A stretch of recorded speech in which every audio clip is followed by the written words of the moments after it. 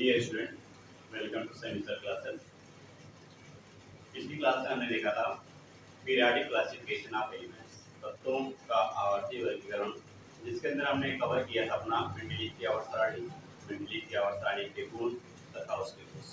फिर देखा हमने मेंडलीव की आवर्त सारणी की जो कमियां थी, उन कमियों को दूर करते हुए जो आधुनिक आवर्त सारणी बनाएगी मोल्डे द्वारा, आधुनिक आवर्त सारणी को हमने अध्ययन किया। आधुनिक आवर्त सारणी के गुणों के बारे में अध्ययन किया। अब हम इस क्लास में उसको कंटिन्यू करेंगे, आगे की तरफ ले जाएंगे। इसमें हमारा टॉपिक होगा पीरियोडिक प्रॉपर्टीज ऑफ एलिमेंट, तत्वों का आवर्ती गुण। अब आवर्ती गुण का, जैसे आवर्ती का हमने पिछली क्लास में बताया कि आवर्ती का मतलब रिपीटिशन, जो रिपीट होता है। ठीक है, अब उसके गुणों के बारे में देखते हैं कौन कौन से गुण हैं और उन गुणों में क्या परिवर्तन होता है। परिवर्तन दो तरीके से देखेंगे। एक हम देखेंगे कि किसी ग्रुप में तत्वों में किसी ग्रुप में ऊपर से नीचे आने पर उसके गुण में क्या परिवर्तन होता है। दूसरा हम देखेंगे किसी पीरियड में आवर्त में बाएं से दाएं जाने पर उनके गुणों में क्या परिवर्तन होता है। ठीक है, चलिए पहला टॉपिक लेते हैं मेटालिक प्रॉपर्टीज ऑफ एलिमेंट्स। पहला लेते हैं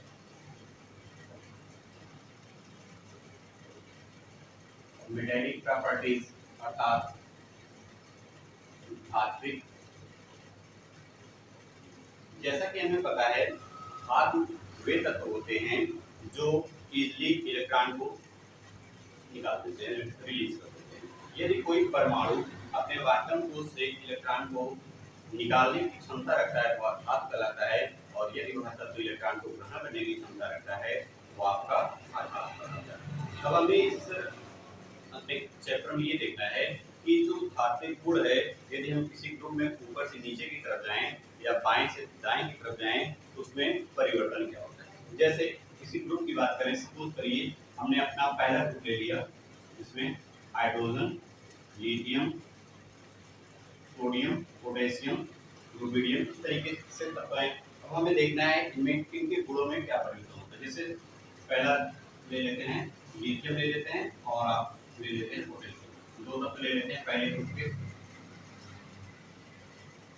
ग्रुप का आपका पहला तत्व हम ले लेते हैं लिथियम और लास्ट तत्व ले लेते हैं पोटेशियम। देखिए क्या अंतर होता है, 2 और 1, 2 8 8, सबके आयतन कोश में एक एक इलेक्ट्रॉन है, इसका मतलब सभी फर्स्ट ग्रुप के तत्व हैं। अब देखिए क्योंकि आयतन कोश पूरा करने के लिए एक इलेक्ट्रॉन का त्याग करेगा, सेम तरीके से आयतन कोश पूरा करने के लिए ये भी एक इलेक्ट्रॉन का त्याग करेगा। ये तो कंफर्म हो गया कि जब एक इलेक्ट्रॉन का त्याग कर रहा तो ये धातु है। अब हमें ये देखना है कि इन धातुओं की क्षमता पर ऊपर से नीचे आने पर प्रभाव क्या पड़ता है। देखिए क्या प्रभाव पड़ेगा। जैसे लिथियम का नाभिक पहला कोश होगी, दूसरा कोश। पोटेशियम का नाभिक 4 कोश, पहला, दूसरा, तीसरा और चौथा कोश। आपको पता है कि नाभिक में प्रोटॉन होता है और न्यूट्रॉन होता है। तो प्रोटॉन और न्यूट्रॉन की वजह से नाभिक कैसा हो जाता है आपका, धनावेशित हो जाएगा। नाभिक कैसा होता है आपका, हमेशा नाभिक धनावेशित होता है और इसके आयतन कोश में एक एक इलेक्ट्रॉन।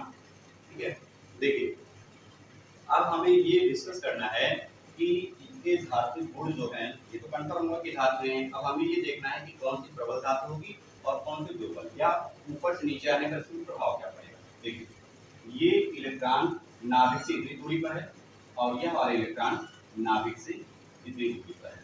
और हमें ये अगर हम व्यवहारिक जीवन में भी देखें तो हम ये देखते हैं कि जितनी नजदीकियां रहती हैं, जितने लोग करीब रहते हैं, उनको दूर होने में उतना ही कष्ट होता है। और जैसे जैसे दूरी बढ़ती रहती है तो किसी को अलग करना उतना ही आसान। जैसे ये जिसका देखें तो इसकी दूरी मान लीजिए, अगर इसकी दूरी 5 मिलीमीटर 5 mm आ रही होगी तो इसकी दूरी कम से कम आपकी 10 mm आएगी। तो जब दूरी बढ़ जाएगी तो इस नाभिक का इस इलेक्ट्रॉन पर आकर्षण कम हो जाएगा, क्योंकि इलेक्ट्रॉन कैसा होता है, ऋणावेशित, और नाभिक कैसा है, धनावेशित। दोनों में जो आकर्षण है, दूरी की वजह से आकर्षण कम हो जाएगा। और जब आकर्षण कम होगा तो इस इलेक्ट्रॉन को निकालना इस इलेक्ट्रॉन से कंपेयर करेंगे तो क्योंकि यहाँ पर आकर्षण ज्यादा लगेगा, इसलिए ये इलेक्ट्रॉन उतनी आसानी से नहीं निकल पाएगा जितनी आसानी से ये इलेक्ट्रॉन निकल जाएगा। इसका मतलब अगर हम ऊपर से नीचे आए तो धात्विक गुणों में क्या होगी, वृद्धि होगी ना। वृद्धि इसलिए होती है क्योंकि जैसे ही हम ऊपर से नीचे की तरफ आते हैं तो जो धात्विक गुण होता है, जो इलेक्ट्रॉन रिलीज करने की जो क्षमता होती है वो बढ़ती जाती है, क्योंकि नाभिक का आकर्षण बल कम होता जाता है। ये तो हो गया ग्रुप की बात। अब हम यही सेम डिस्कस करते हैं किसी पीरियड में, यदि हम बाएं से दाएं की तरफ जाएं, जैसे आप ले लेते हैं सोडियम, मैग्नीशियम, लास्ट में आपका जाएगा क्लोरीन और आर्गन। आर्गन की तुलना इसलिए अभी नहीं करेंगे क्योंकि आर्गन आपका शून्य समूह का तत्व होता है। इनकी विशेषताओं के बारे में आगे हम बाद में डिस्कस करेंगे। आप ये तो कंफर्म हो गया कि ऊपर से नीचे आने पर धात्विक गुणों में वृद्धि हो रही है। जब देखते हैं बाएं से दाएं आने पर क्या होता है, जैसे सोडियम ले लिया 2 8 1, इसका इलेक्ट्रॉनिक विन्यास 2 8 और 7, ये आपका थर्ड आवर्त के तत्व होंगे। इस तरीके से देखिए वो कह रहा है सोडियम के आयतन कोष में कितने इलेक्ट्रॉन है, 1 इलेक्ट्रॉन है। क्लोरीन के आयतन कोष में कितने इलेक्ट्रॉन है, 7 इलेक्ट्रॉन। तो अष्टक पूरा करने के लिए ये क्या करेगा, 1 इलेक्ट्रॉन आसानी से रिलीज कर देगा। लेकिन ये क्या करेगा, ये इलेक्ट्रॉन रिलीज करने के बजाय क्या करने का पूरा रख रहा है, इलेक्ट्रॉन एक्सेप्ट करने का, क्योंकि अष्टक पूरा करने के लिए 7 रिलीज करने से अच्छा है कि 1 इलेक्ट्रॉन ये कहीं से ले ले। ठीक है, तो देखो यहाँ क्या हो रहा है, यहाँ हो रहा है कि ये 1 इलेक्ट्रॉन त्याग दे रहा है और यहाँ हो रहा है कि ये 1 इलेक्ट्रॉन ग्रहण करना चाह रहा है। तो जो त्याग करना चाहेगा वह आपका हो जाएगा धातु, और जो ग्रहण करना चाहेगा वो क्या हो जाएगा आपका अर्थात। ठीक है ना। इसका ये मतलब होगा कि यदि हम किसी आवर्त में बाएं से दाएं तरफ जाएंगे तो धात्विक गुण अधात्विक गुण में कन्वर्ट होता जाएगा। मतलब हम लिख सकते हैं कि किसी आवर्त में बाएं से दाएं जाने पर धात्विक गुणों में कमी आती है, और किसी वर्ग समूह में ऊपर से नीचे आने पर धात्विक गुणों में वृद्धि होती है। ये था पहला टॉपिक आपका धात्विक। अगला और गुण देखते हैं एटॉमिक रेडियस, परमाणु त्रिज्या। पहले समझ लेते हैं कि परमाणु त्रिज्या होती है, फिर इसके गुणों में देखते हैं क्या परिवर्तन होता है। जैसे सामान्य रूप से हमें पता है कि त्रिज्या क्या होती है, जैसे मान लीजिए गोला है, ठीक है, और इस गोले का एक केंद्र होगा, ठीक। तो केंद्र से लेके जो परिधि तक की दूरी होती है इसी को तो त्रिज्या कहते हैं। केंद्र से लेके परिधि तक की दूरी त्रिज्या कहते हैं। सेम तरीके से हम परमाणु देते हैं। परमाणु के बीच में क्या होता है, नाभिक, न्यूक्लियस, बीच में आपका नाभिक होता है न्यूक्लियस, और इसके जो बाहर वृत्ताकार पथ होता है जिसे हम कोष कहते हैं, उसमें इलेक्ट्रॉन गति करते हैं। अब देखिए क्या होगा, ये आपका केंद्र हो गया और ये आपका आयतन कोष हो गया। अब इस केंद्र से लेके यहाँ तक की जो दूरी होगी, आयतन कोष तक की जो दूरी होती है, यह कहलाती है आपकी परमाणु क्या होगी। जैसे त्रिज्या के बारे में हमें पता है कि वृत्त के केंद्र से परिधि तक की दूरी त्रिज्या कहलाती है। सेम उसी तरीके से परमाणु के नाभिक से आयतन कोष तक की जो दूरी होती है वह कहलाती है परमाणु। ठीक है, अब देखते हैं परमाणु त्रिज्या में परिवर्तन कैसे होता है किसी ग्रुप में ऊपर से नीचे की तरफ जाए। देखिए क्या हो रहा है, जैसे हमने एग्जाम्पल के रूप में ले लिया, पहला ग्रुप ले लिया है हाइड्रोजन, लिथियम, सोडियम और पोटेशियम। ठीक है, इसमें देखिए हाइड्रोजन में 1 इलेक्ट्रॉन, लिथियम में 2 और 1, सोडियम 2 8 1, पोटेशियम 2 8 8। देखिए है क्या, यहाँ से हमने पढ़ा कि केंद्र से आयतन कोष तक की दूरी की त्रिज्या, और पोटेशियम ले लीजिए, लास्ट वाला ले लीजिए, यहाँ से आयतन कोष तक की दूरी ये आपकी त्रिज्या कहलाएगी। जैसे देखने से ये स्पष्ट हो रहा होगा कि इसकी दूरी ज्यादा है, इसकी कम है। स्पष्ट हो रहा ना, ठीक है। ऐसा क्यों हो रहा है, क्योंकि वो कह रहा है कि कक्षाएं बढ़ रही हैं। जैसे सपोज करिए पहले एक कमरा था, एक कमरे की लंबाई मान लीजिए 10 मीटर थी, इसी के बगल एक कमरा और बढ़ गया तो इसकी लंबाई भी 10 मीटर, एक कमरा और बढ़ गया इसकी लंबाई भी 10 मीटर। तो अगर कक्षाएं बढ़ रही है तो लंबाई बढ़ रही है कि नहीं बढ़ रही है। सेम तरीके से इसमें भी है, अगर एक कक्षा तो लंबाई कम होगी, 2 कक्षा लंबाई उससे ज्यादा, 3 कक्षा लंबाई उससे ज्यादा, 4 कक्षाएं लंबाई उससे भी ज्यादा। इसका मतलब क्या हुआ कि जैसे ही हम किसी ग्रुप में ऊपर से नीचे की तरफ आते हैं तो कोषों की संख्या बढ़ जाती है, कक्षाएं बढ़ जाती हैं, जिससे परमाणु त्रिज्या के मान में वृद्धि हो जाती है। ठीक है, अगला देखते हैं, अगर ऊपर से नीचे आने पर परमाणु त्रिज्या के मान में वृद्धि हो रही है, वृद्धि इसलिए हो रही है क्योंकि कोषों की संख्या बढ़ रही है। अब हम तब क्या करते हैं, यदि किसी आवर्त में मान लीजिए तीसरा आवर्त हमने ले लिया, तो किसी आवर्त में बाएं से दाएं जाएं तो परमाणु त्रिज्या के मान में क्या परिवर्तन होगा। जैसे सोडियम 2 8 1, क्लोरीन 2 8 7। देखिए थर्ड आउट का है, पहला तत्व सोडियम, लास्ट हम कंपेयर करेंगे। कंपेयर जब लास्ट वाले से करेंगे थोड़ा समझना हमारे लिए इजी हो जाएगा। कंपेयर हम यहाँ मैग्नीशियम के साथ भी करेंगे तब भी सेम होगा, लेकिन होगा क्या, इसमें डिफरेंस बहुत कम आएगा। इसलिए हम करते क्या है, जब भी कंपेयर करते हैं तो ऐसे तत्वों के बीच कंपेयर करेंगे जिनकी डिस्टेंस कुछ ज्यादा है। जैसे पहला तत्व आपका सोडियम और लास्ट तत्व आपका थर्ड आउट का क्लोरीन। देखिए कंपेयर कैसे करते हैं। यहाँ पर अगर हम सोडियम को देखें तो सोडियम में 3 कोष, पहला कोष, दूसरा कोष और ये तीसरा कोष। क्लोरीन में भी 3 कोष, पहला कोष, दूसरा कोष और ये तीसरा कोष। ठीक है, ये आपका नाभिक है और वातन कोष में 1 इलेक्ट्रॉन यहाँ पर और वातन कोष में 7 इलेक्ट्रॉन यहाँ पर। अब हमें ये देखना है कि परमाणु त्रिज्या के मान में परिवर्तन कैसे होता है। अभी तक तो हम ये कह रहे थे कि परमाणु त्रिज्या किसी ग्रुप में ऊपर से नीचे आने पर बढ़ रही थी क्योंकि कोषों की संख्या बढ़ रही थी। लेकिन यहाँ पर दिक्कत ये है, देखिए 1 कोष, 2 कोष, 3 कोष, 1 कोष, 2 कोष और 3 कोष। इसमें भी 3 ही कोष है और क्लोरीन सोडियम में भी 3 कोष है और क्लोरीन में भी 3 कोष है। अब कंडीशन कैसे, अब हम कैसे कंफर्म करेंगे कि परमाणु त्रिज्या बढ़ रही है कि घट रही है कि कोई परिवर्तन नहीं हो रहा है।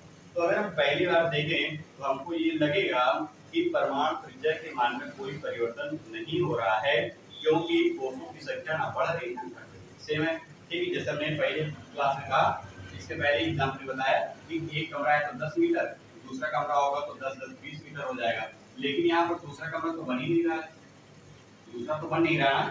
तो जब एक ही कमरा है तो लंबाई में उसमें परिवर्तन हो नहीं रहा है। तो यहाँ सुन चीज है, जब कक्षाएं बढ़ ही नहीं रही है, सेम है, तो परिवर्तन देखने में तो लग रहा है कोई परिवर्तन नहीं हो रहा है। लेकिन एक बात इस शार्ट अपने दिमाग में रखिए कि यदि किसी गुण में, किसी ग्रुप में ऊपर से नीचे आने पर वृद्धि हो रही होगी तो ज्यादातर 90% चांस है कि किसी पीरियड में उसी गुण में बाएं से दाएं आने पर कमी आएगी। तो ये दिमाग में कॉन्सेप्ट अपने दिमाग में बैठा देती है कि यदि किसी समूह में ऊपर से नीचे आने पर वृद्धि हो रही है किसी गुण में तो वह गुण बाएं से दाएं आने पर उसमें कमी आएगी, या अगर ऊपर से नीचे आने पर कमी आ रही है तो बाएं से दाएं आने पर वृद्धि होगी। हमने एटॉमिक रेडियाई में देखा, परमाणु त्रिज्या में देखा कि ऊपर से नीचे आने पर कक्षाएं बढ़ रही थी, इसका मतलब परमाणु त्रिज्या के मान में वृद्धि हो रही थी, तो बाएं से दाएं जाने पर कमी होनी चाहिए। कमी होती भी है, आइए समझते हैं कमी होती क्यों। जैसा कि हमें ये पता है कि ये जो नाभिक है ये तो धनावेशित है ना, नाभिक धनावेशित, और ये नाभिक भी धनावेशित है। कोई भी नाभिक होगा तो धनावेशित ही रहेगा। ये नाभिक धनावेशित है और ये जो आयतन कोष में इलेक्ट्रॉन ये कैसा है, ऋणावेशित, इलेक्ट्रॉन ऋणावेशित होता है। तो होता क्या है, देखिए इसमें टोटल क्या प्रोटॉन होंगे, 11 प्रोटॉन, मतलब 11 धनावेश,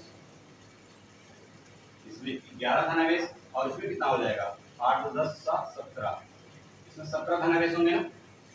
जितना परमाणु क्रमांक होगा उतना यहाँ धनावेश होगा। तो यहाँ परमाणु क्रमांक 11 तो 11 धनावेश, परमाणु क्रमांक 17 तो 17 धनावेश।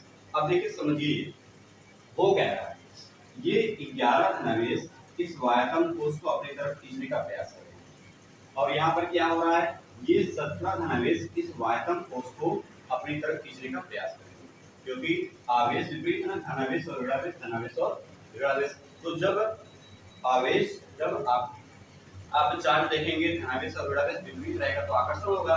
तो यहाँ पर क्या होगा, यहाँ पर इस धनावेश और ऋणावेश में आकर्षण, इस धनावेश और इस ऋणावेश में आकर्षण। लेकिन अंतर सिर्फ इतना है कि यहाँ पर वायतन कोष को खींचने वालों की संख्या कितनी है, 11 है, और यहाँ पर वायतन कोष को खींचने वालों की संख्या 17 है।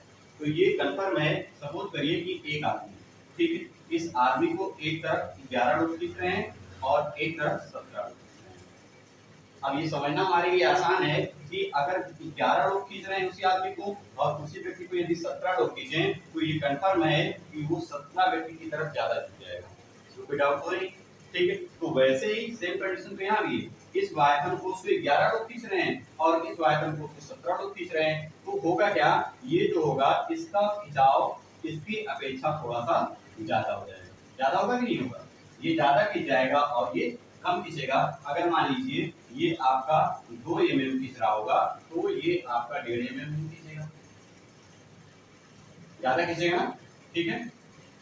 जब खिंचाव इसकी तरफ ज्यादा होगा तो ये जाहिर सी बात है, जब ये ज्यादा खींच लेगा तो इसकी त्रिज्या कम हो जाएगी कि नहीं कम हो जाएगी। इससे अगर कंपेयर करेंगे तो ये कंफर्म होगा कि 11 लोग कम खींच पाएंगे और 17 लोग ज्यादा खींच पाएंगे। तो जब ये ज्यादा खींच जाएगा तो इसकी त्रिज्या में कमी आ जाएगी कि नहीं।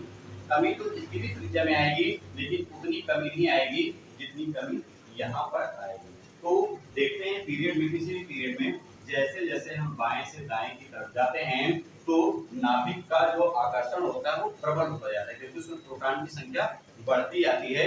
और जैसे जैसे प्रोटॉन की संख्या बढ़ेगी, नाभिक प्रबल होगा, तो वायतन कोष को वो उतना ही ज्यादा अपनी तरफ खींचेगा। तो होगा क्या, जब ज्यादा खींचेगा तो बाएं से दाएं जाने पर परमाणु त्रिज्या के मान में क्या होगा, कमी आ जाएगी ना। ठीक, जैसे अभी हम पढ़ रहे थे कि ऊपर से नीचे आने पर वृद्धि हो रही थी, तो बाएं से दाएं आने पर कमी होगी। एक लाइन में फिर से देख लेते हैं कि यदि हम किसी ग्रुप में ऊपर से नीचे की तरफ आते हैं तो कोषों की संख्या बढ़ जाती है, इसलिए परमाणु त्रिज्या के मान में वृद्धि होती है।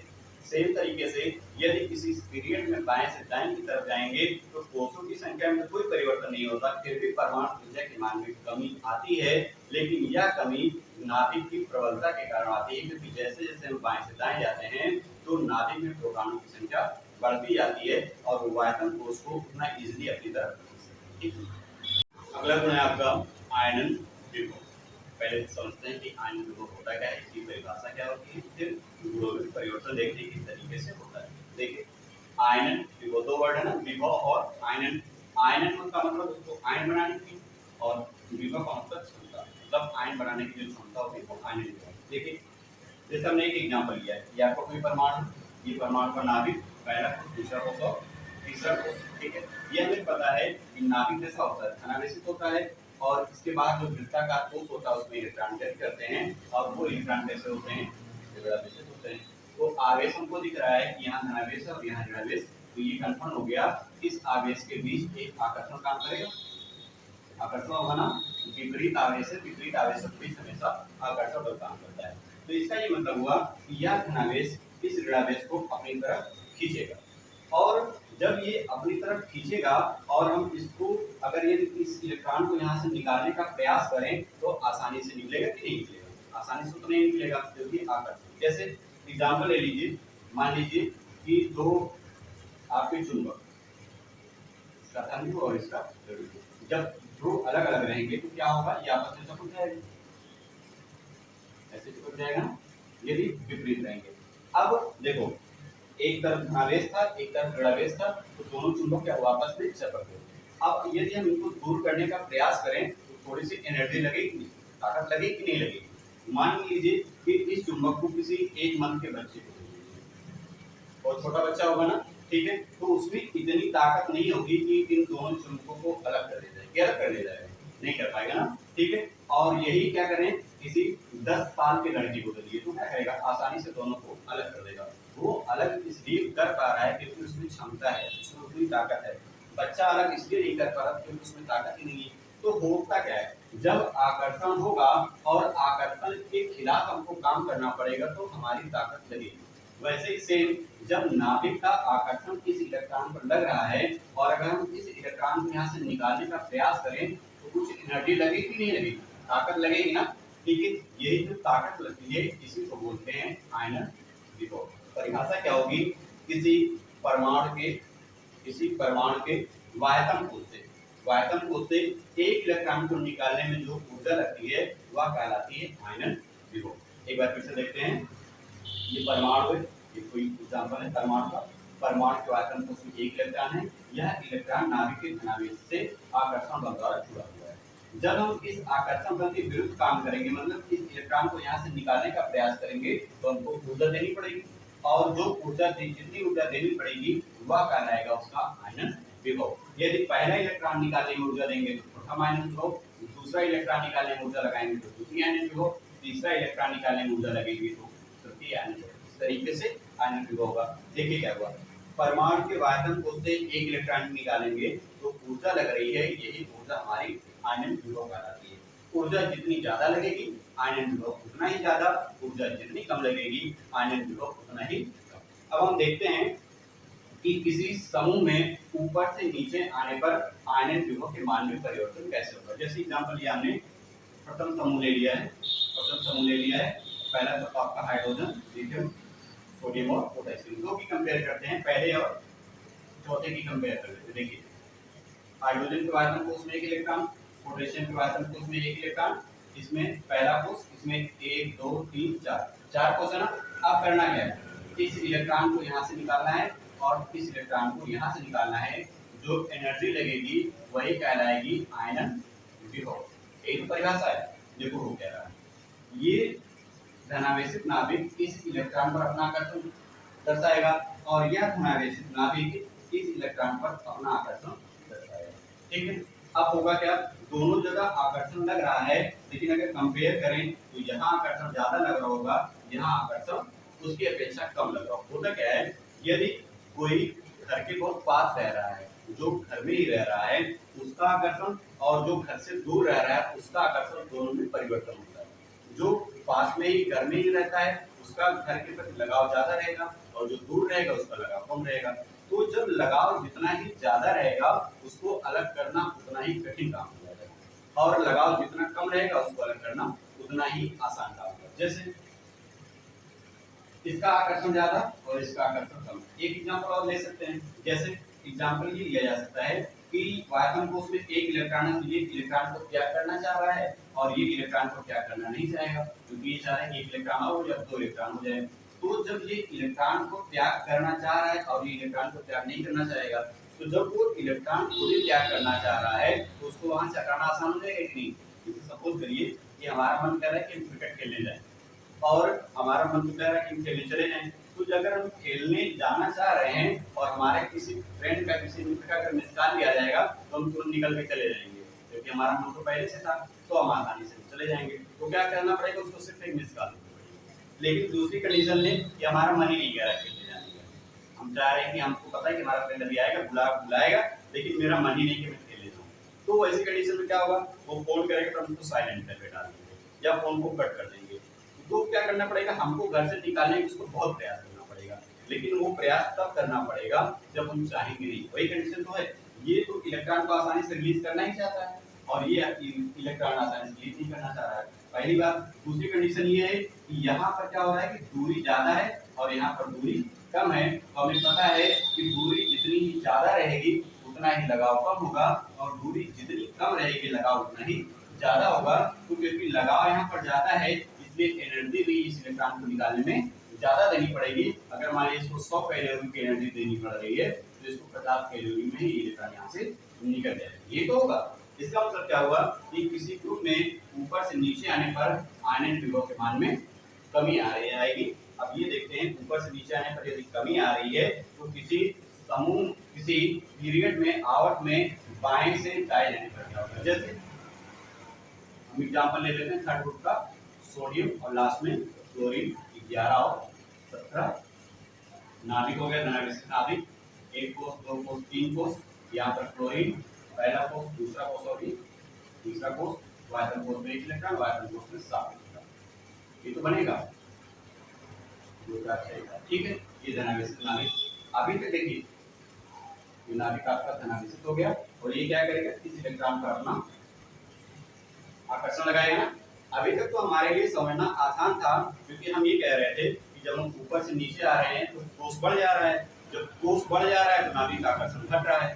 जब कोष बढ़ेगा, दूरी बढ़ रही ना, तो जब दूरी बढ़ रही तो आकर्षण अपने आप कम हो जाएगा। लेकिन यहाँ पर तो ऐसी कोई कंडीशन ही नहीं है। 3 कोष यहाँ पर भी है, पहला कोष, दूसरा कोष, तीसरा कोष, और यहाँ पर भी पहला कोष, दूसरा और तीसरा कोष। यहाँ पर तो ऐसी कंडीशन ही नहीं है कि कोष बढ़ रहा है। तो जब कोष नहीं बढ़ रहा है तो दूरी तो बढ़ ही नहीं रही है। जब दूरी नहीं बढ़ रही है तब हम देखेंगे कि आयनिक विभव कैसे बढ़ता है या घटता है।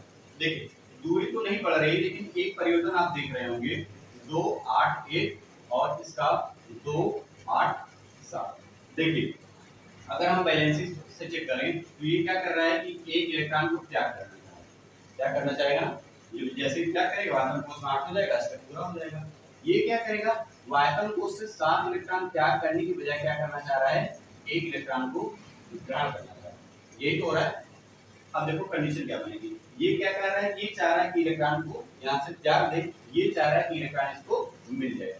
तो तो जो प्यार करना चाह रहा है, जैसा कि हमने क्रिकेट का एग्जाम्पल लिया, जब हमारा मन ही कह रहा था खेलने का, हमारा मन ही कह रहा था घर से बाहर जाने का, तो आसानी से एक मिस कॉल है घर से बाहर। ये तो कंडीशन है। इसका तो मन ही था कि एक इलेक्ट्रॉन यहाँ से निकल जाए।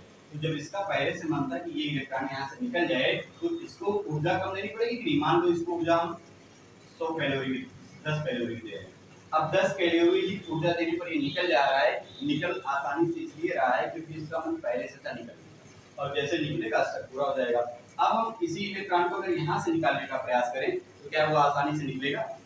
ये तो ये चाह रहा है कि हम 7 हैं ही, अगर हमको 1 मिल जाए तो हमारा 8 मिल जाएगा। तो ये इलेक्ट्रॉन यहाँ से निकलना चाहेगा ही। तो जब इलेक्ट्रॉन वहां से निकलना ही नहीं चाहेगा तो ऊर्जा ज्यादा देनी पड़ेगी कि नहीं देनी पड़ेगी? जैसे अगर इसको 10 कैलोरी ऊर्जा देनी पड़ रही है तो इसको कम से कम 50 कैलोरी ऊर्जा देनी पड़ेगी ना।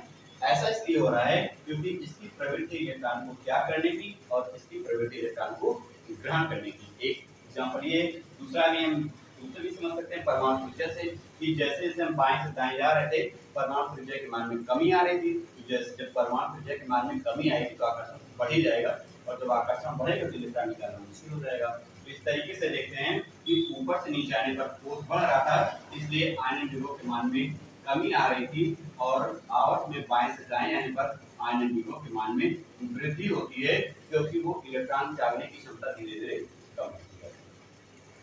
अगला गुण है इलेक्ट्रोनेगेटिविटी विद्युत ग्राफ। देखिए ऋण का मतलब हो रहा है, ऋण का मतलब क्या होगा? जब इलेक्ट्रॉन किसी से वो लेता है तो ऋण आता है ना, ठीक है, इसलिए ये कंफर्म हो रहा है। विद्युत मतलब आवेश।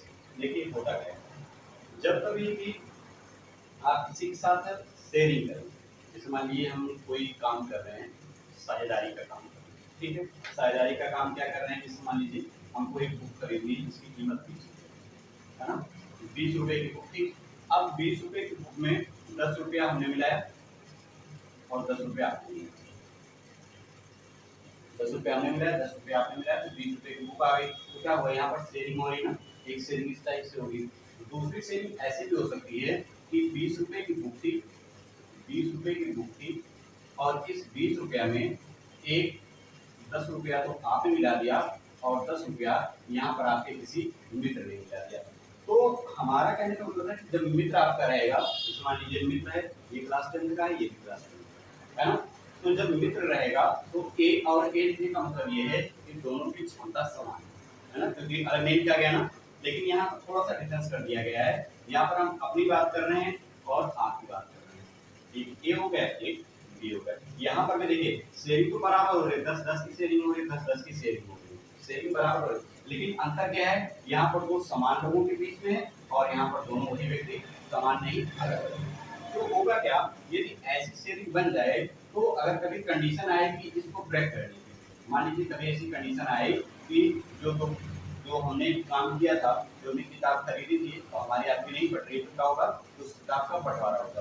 तो यहाँ पर बंटवारा क्या होगा, यहाँ पर दोनों की पावर सेम है, तो जो बंटवारा जब भी होगा, तो अगर इस किताब को हमने मान लीजिए 20 रुपए में खरीदा था, 20 में बेच दिया, तो होगा क्या, 10 रुपया आप ले लेंगे, 10 रुपया आपका ले लेगा।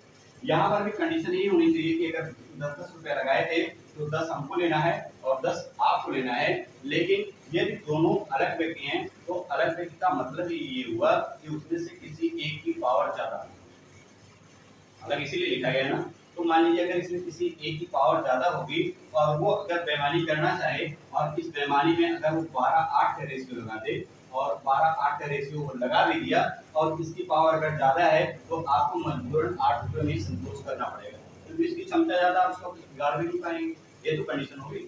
तो होता क्या है, ऐसे ही सेम तरीके से इलेक्ट्रॉन की बात होती है। जैसे मान लीजिए एक इलेक्ट्रॉन की शेयरिंग हुई ए और ए के बीच में, एक इलेक्ट्रॉन की शेयरिंग हुई, वही एक इलेक्ट्रॉन की शेयरिंग हुई, साझेदारी होती है एक इलेक्ट्रॉन ए का और दूसरा इलेक्ट्रॉन बी का। तो ये जो शेयरिंग वाले इलेक्ट्रॉन इसको बोलते हैं शेयर्ड इलेक्ट्रॉन, साझेदारी के इलेक्ट्रॉन।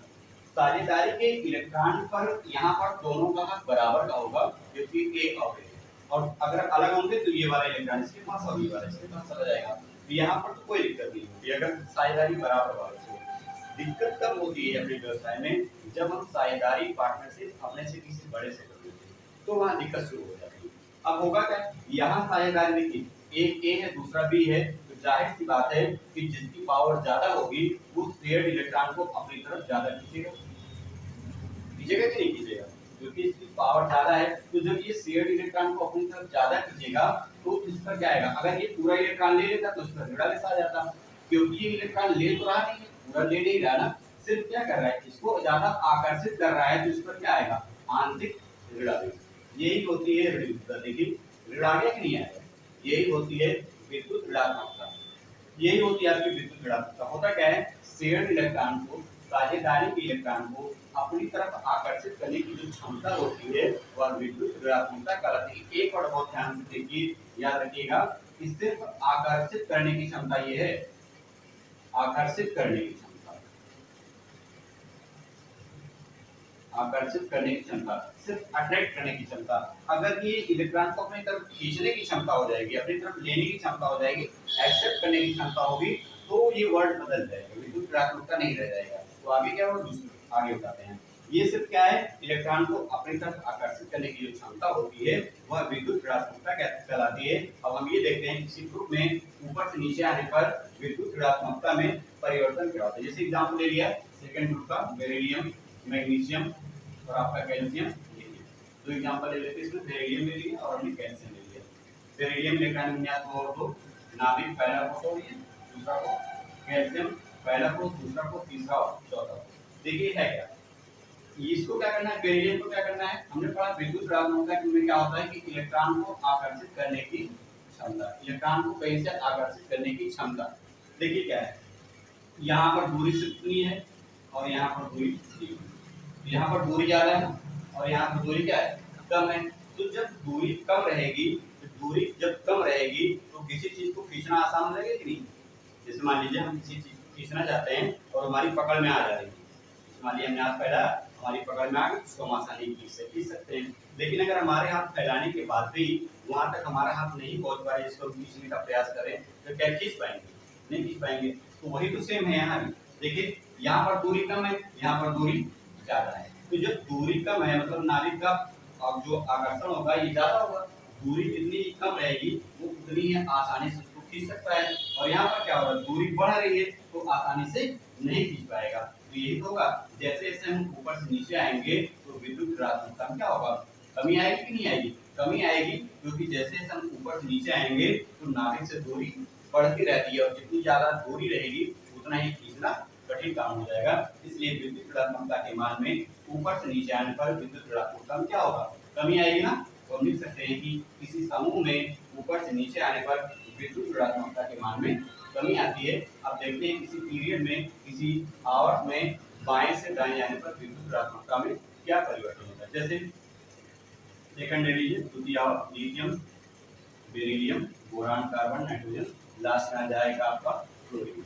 जो भी कंपेयर करते हैं, लिथियम ले लेते हैं और लास्ट में हमने ले लिया क्लोरीन। इसका इलेक्ट्रॉनिक विन्यास 2 और 1, इसका इलेक्ट्रॉनिक विन्यास 2 और 7। देखिए ये क्या होगा, बीच में नाभिक होगा, कै कोष है, पहला और दूसरा कोष, यहाँ भी बीच में नाभिक, दो कोष, पहला कोष और ये दूसरा कोष, ये है ना। देखिए क्या है, अभी तक ये हो रहा था कि ग्रुप में विद्युत ऋणात्मकता ऊपर से नीचे आने पर कम हो रही थी क्योंकि दूरी बढ़ जा रही थी, कोषों की संख्या बढ़ जा रही थी। लेकिन यहाँ पर तो कोष समान है, दो कोष यहाँ पर, दो कोष यहाँ पर। अब देखते हैं कि होता क्या है। देखिए इसके बाद हम कोष में 1 इलेक्ट्रॉन, इसके बाद हम कोष में 7 इलेक्ट्रॉन,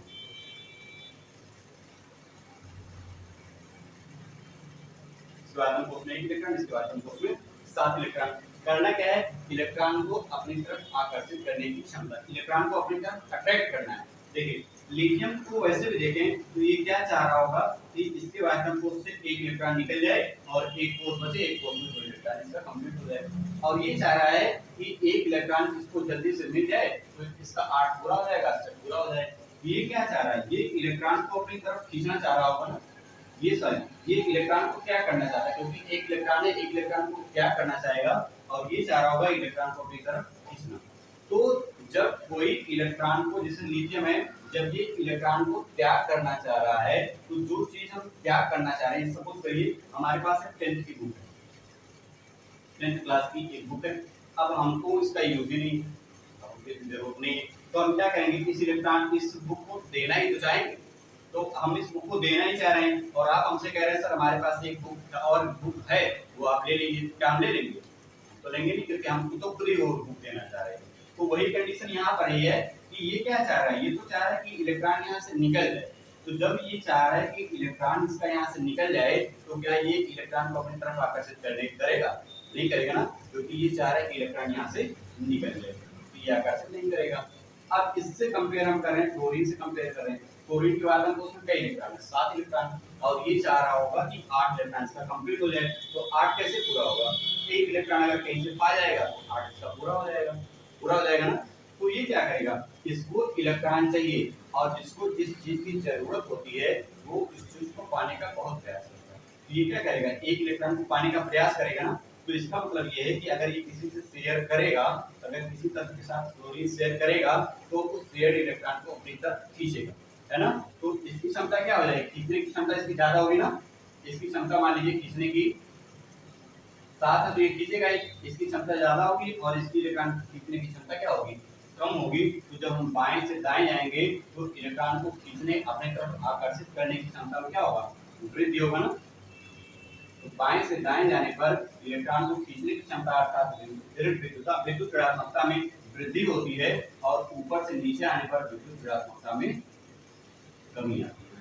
जैसा हमने पहले ही आपसे बताया था कि ये याद रखिए, इतना सिर्फ याद रखिए कि कोई भी आवर्ती गुण होगा, कोई भी पीरियोडिक प्रॉपर्टीज होगी, तो अगर ऊपर से नीचे आने पर कमी हो रहेगी उसमें, तो उसी गुण में बाएं से दाएं आने पर गुण में वृद्धि होगी। जैसा जब हमने 4 एग्जाम्पल ले लिया, 4 हमने पढ़ा, तो चारों में कहीं भी ऐसा नहीं हुआ कि इसका विपरीत हुआ, सब जगह ये हो रहा ना, अगर ऊपर से नीचे आने पर कमी तो बाएं से दाएं आने पर कमी। Thanks for watching.